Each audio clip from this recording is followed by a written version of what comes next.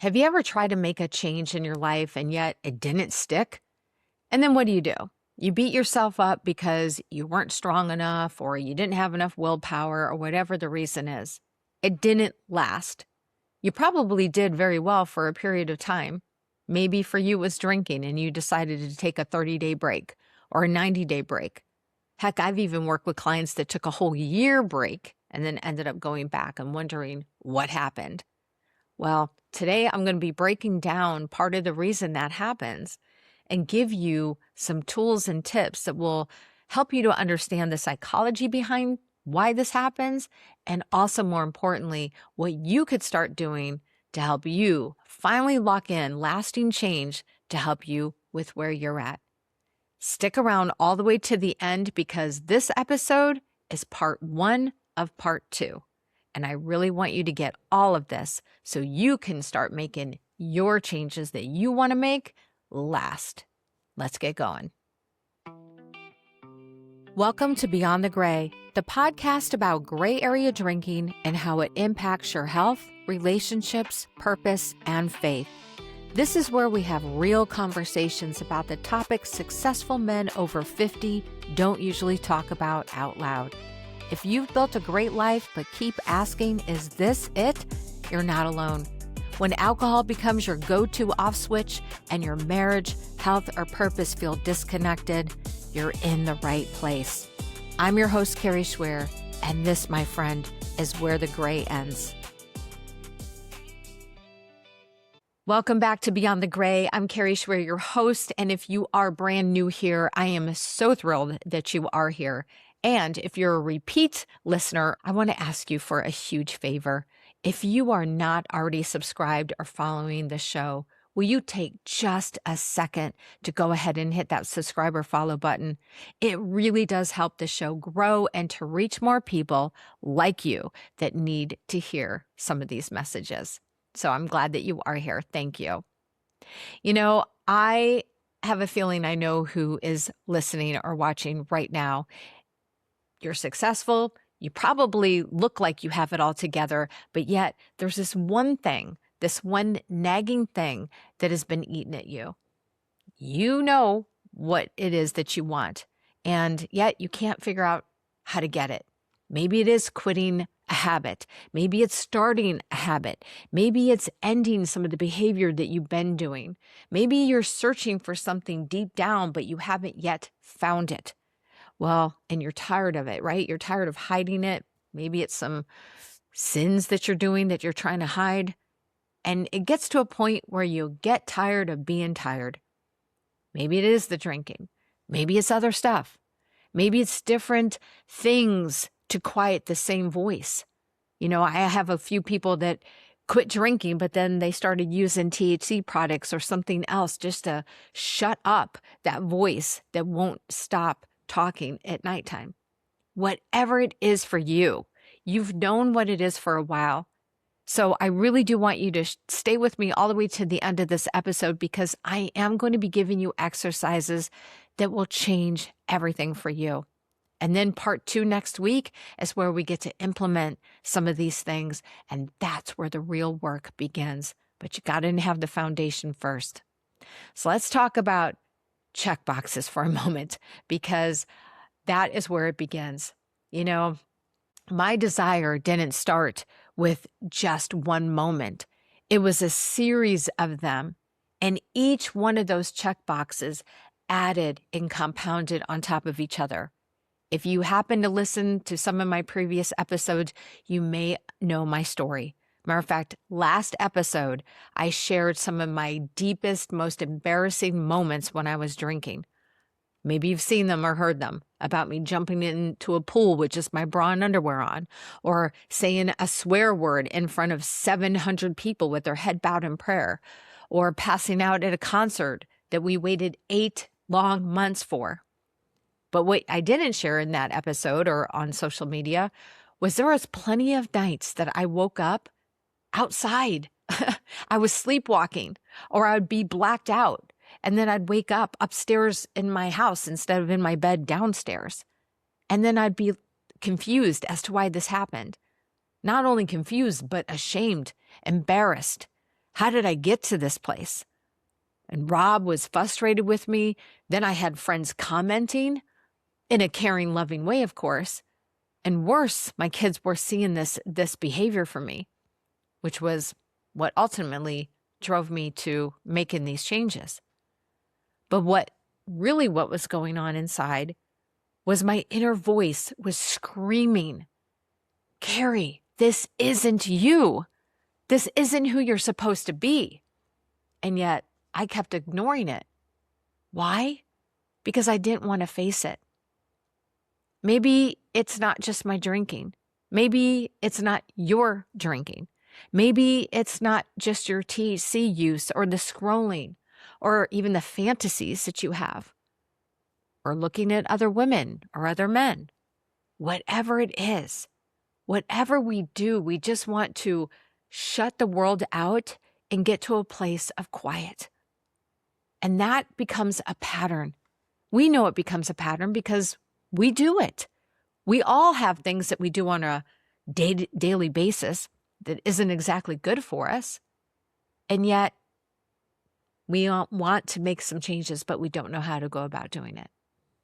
So one of the most realist moments I've ever had, again, I said this in a podcast episode last week, is that my son repeated words to me that I said to him one night, July 4th, 2016, that were so ugly, so disgusting, that hearing him repeat those words back to me the next day became my own enough. And in that moment, I saw myself for almost the first time in his face. It was who I didn't want to be. It's who I became, but I didn't want to be that person.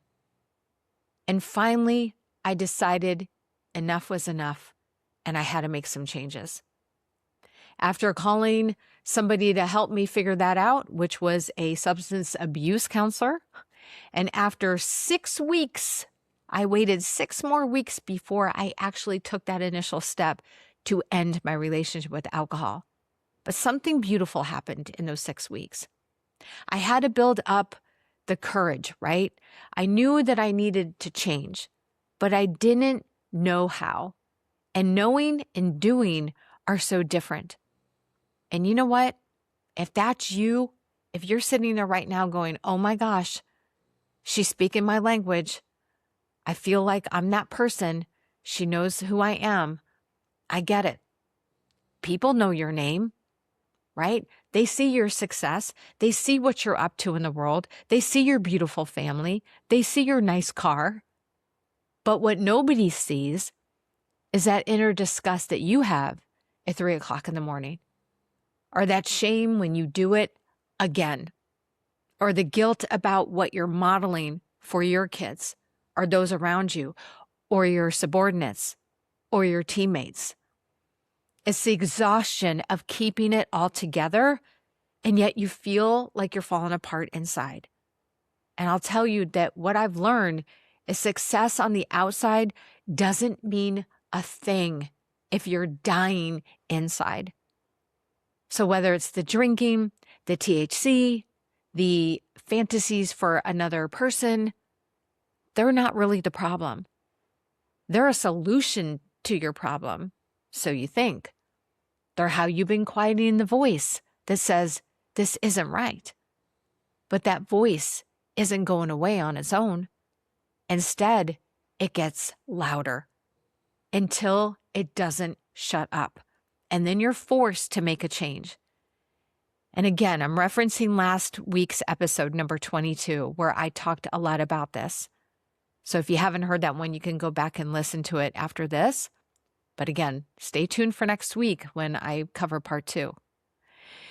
You know, one of my biggest moments, the last night that I drank, I walked into the mirror in the bathroom. It was 2 o'clock in the morning. I drank almost 2 bottles of wine that night myself. Why? Because I knew in my heart of hearts that was going to be the very last time I would be drinking, ever. And it has been. It's been 10 years, almost. By the time of this recording, it's almost 10 years. And I looked at myself in the mirror, And you know what I saw looking back at me?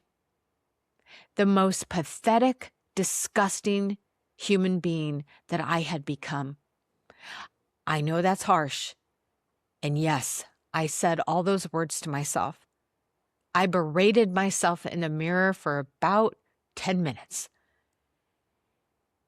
And it was very difficult, but I needed it. It was almost as if there was this other person inside that was been waiting to just have a yell fest, because I didn't even recognize myself. I looked so ugly. And it wasn't just about how I looked. It was who I had become because of my choices. It was someone I didn't want to be, not for one more day. I became someone that God didn't make me out to be. Someone my kids were watching disappear over a period of time. And I knew that the next morning when I woke up and my feet hit the ground, you know what I said? I promised God in that moment that I was done. And I meant it. And that's when my journey officially began, which, by the way, was August 15th, 2016. It was a Monday. Okay, so I checked a lot of those check boxes. And they weren't all just about my drinking. They were about me disappearing somewhere in all of this. I was choosing my numbing over becoming who God created me to be. I was trading my real self for a fake version. And you know what? It was so dang tiring.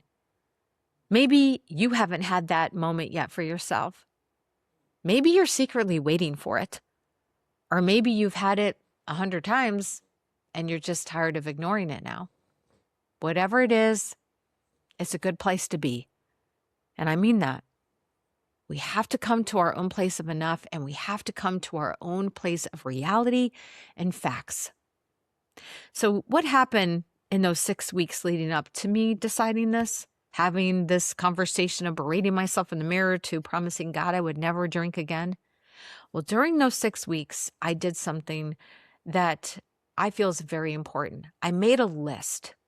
Call it a pros and cons list or whatever, but top of my page said reasons to keep drinking versus reasons to stop drinking.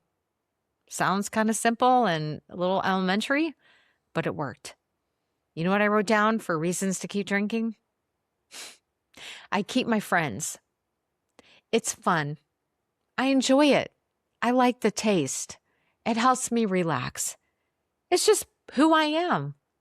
And looking at that now, it's so shallow. And quite frankly, it's a little pathetic.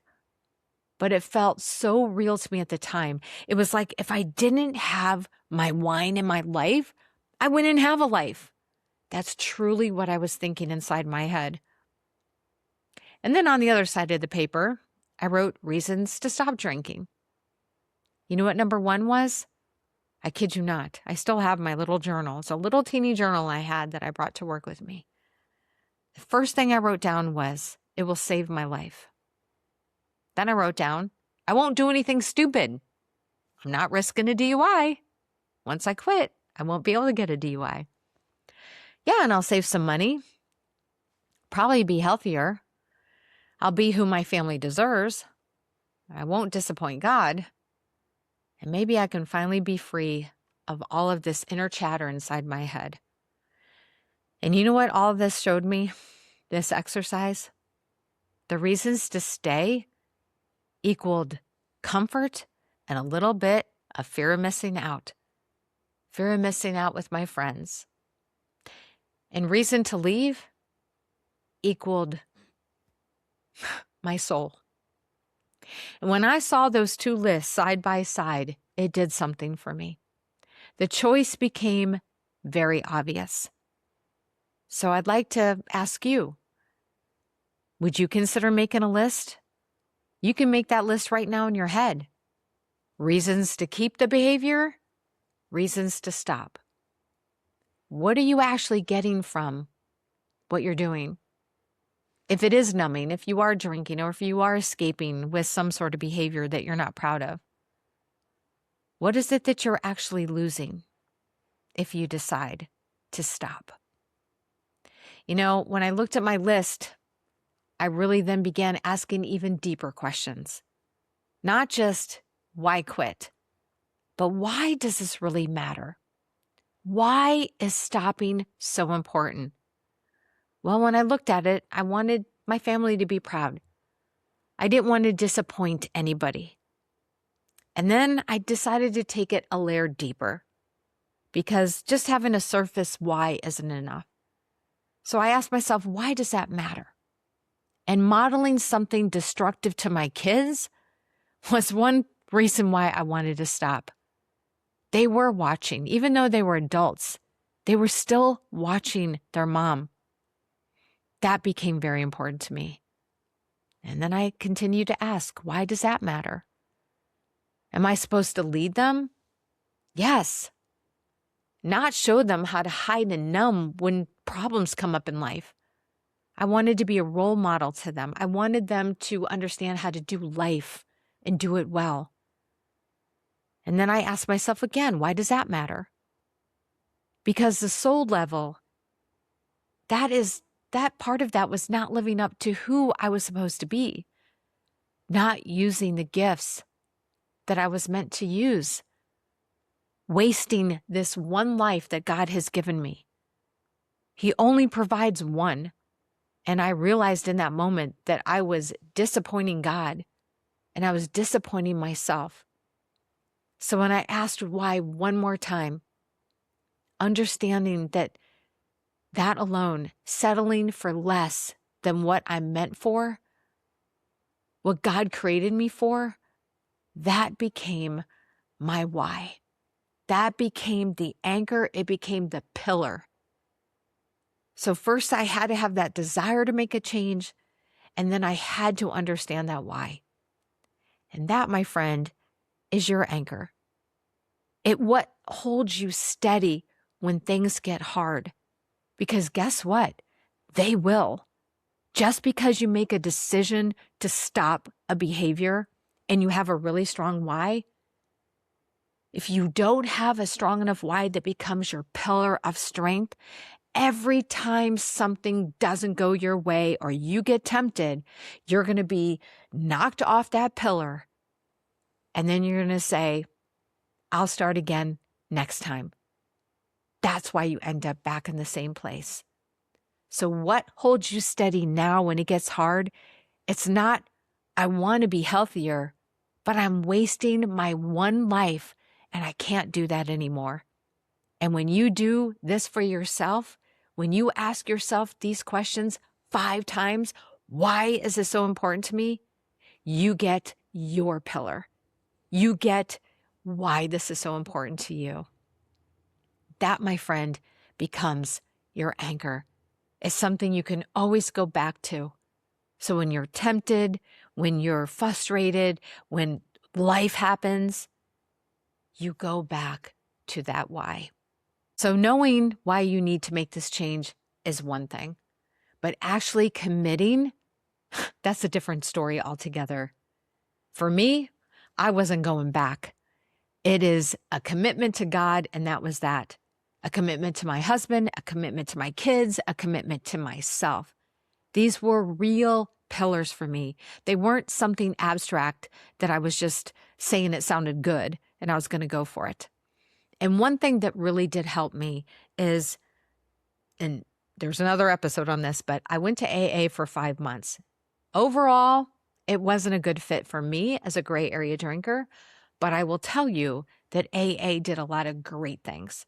And one of the things it did for me is that if you go for the first time and you say, I'm not drinking anymore, they'll give you a white chip. And that white chip is to say that this is your beginning. And guess what happens if you drink again while you're in AA? You have to start all over again. How do you do that? You get another white chip and you start from day one again. And I remember thinking to myself when I got that white chip, I will never pick up another white chip. And it wasn't just pride, although there was a little bit of that, if I'm being honest. It was understanding the power of the commitment of what I said. I made that commitment, and that commitment was stronger than any craving that would come past that. I didn't want to be that person that had to start over. I don't do well with do-overs, and I didn't want to do over here. And then another thing AA gets really right is it's one day at a time. That's how I stayed on the path. Not that I'll never drink again. Matter of fact, I never said that. I still don't say that. I don't say I'll never drink again. I'll say, and especially in the beginning, today I'm choosing to be alcohol-free. And tomorrow I'm choosing to be alcohol-free. I'm honoring what I committed to myself. And I'm honoring who I'm becoming and who I promised to be. And I did that every day as an intentional decision. I made those intentions daily. This is how I got through it. So if you make a real commitment right now to yourself, what would it be? What would it look like for you? What would you actually have to give up? And what would you actually gain in exchange? Those are some real questions to be thinking about. So here's what I want you to try this week. I want you to write down your check boxes. Not these big dramatic ones, the small ones that you've been explaining away. Just list them out, right? Things that you want to work on, things that you want to improve on, things that you want to end. And then make your own pros and cons list. Be honest. What are you getting from doing these things? From the numbing, from the dishonesty, from the hiding? And then ask yourself, what are you losing? What is this actually costing you? And then the big step is to go 5 layers deep. Pick one reason why doing this matters to you, why you want to make this change. And then once you get that answer, you're going to ask yourself why again. You're going to keep asking until you get to the core. And I'm talking about that soul level answer. And write it down. Write it down. If today made you realize that alcohol or anything else that you're doing might be in a gray area, I created a free resource for you called the 28 Tools. It's for questioning the drink. And if drinking isn't your thing, you can use it for another type of habit that you're trying to work on or make some changes. I'll go ahead and put it in the show notes for you. It's a practical guide. There's no judgment. It's super easy. It's just a 1-page download. That's it. It'll have a Google link. So nope, it's a PDF, but it's in a Google link. And there's no shame in any of this. You know, I'm not there preaching. These are just real tools that I've been using and use with my clients. And I think it will really help you. Just to recap, we need to have the desire to want to make the change. We got to explore what that why is, going 5 layers deep, and then making a real commitment to yourself. Really being committed to saying, yes, this is what I want to do. And when you make a commitment to yourself, you're closing the door on any backdoor excuses on why it's okay if you just do it this 1 or 2 times. It's staying committed to you. Be that person who doesn't do do-overs. When you commit, that's what you're saying to yourself. You're declaring that this is more important to you. Knowing that you need to change is just the beginning.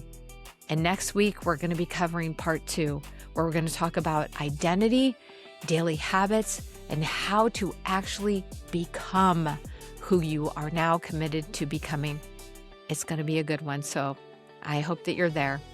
Thanks for watching. Thank you for being here. Again, I'm Kari. This is Beyond the Gray. And remember, my friend, there truly is life well beyond the gray. And I want that so badly for you. I'll see you next week.